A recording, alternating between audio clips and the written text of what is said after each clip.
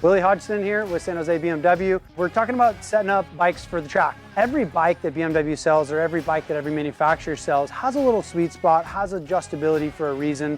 So one of the tools we use that's crucial for bike setup is called ride height tool.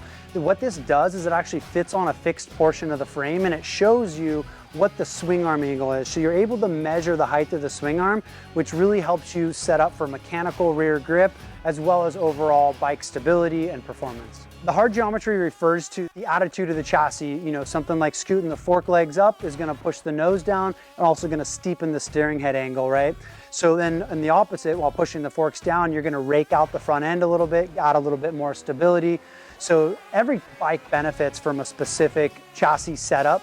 So the first thing we start by doing is setting the chassis up, and then we dive into the soft geometry. So when we're referring to soft geometry, we're referring to the compression and rebound adjustments that you would have on the front fork or the rear shock, as well as preload.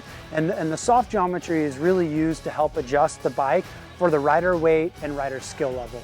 So no matter what kind of support you're looking for with your S1000, whether it be outfitting it with the right protection bits for the track or setting up the suspension, we've been doing this for 45 years. We'd love to help you. Please reach out. We're all experts in this product and the entire BMW line.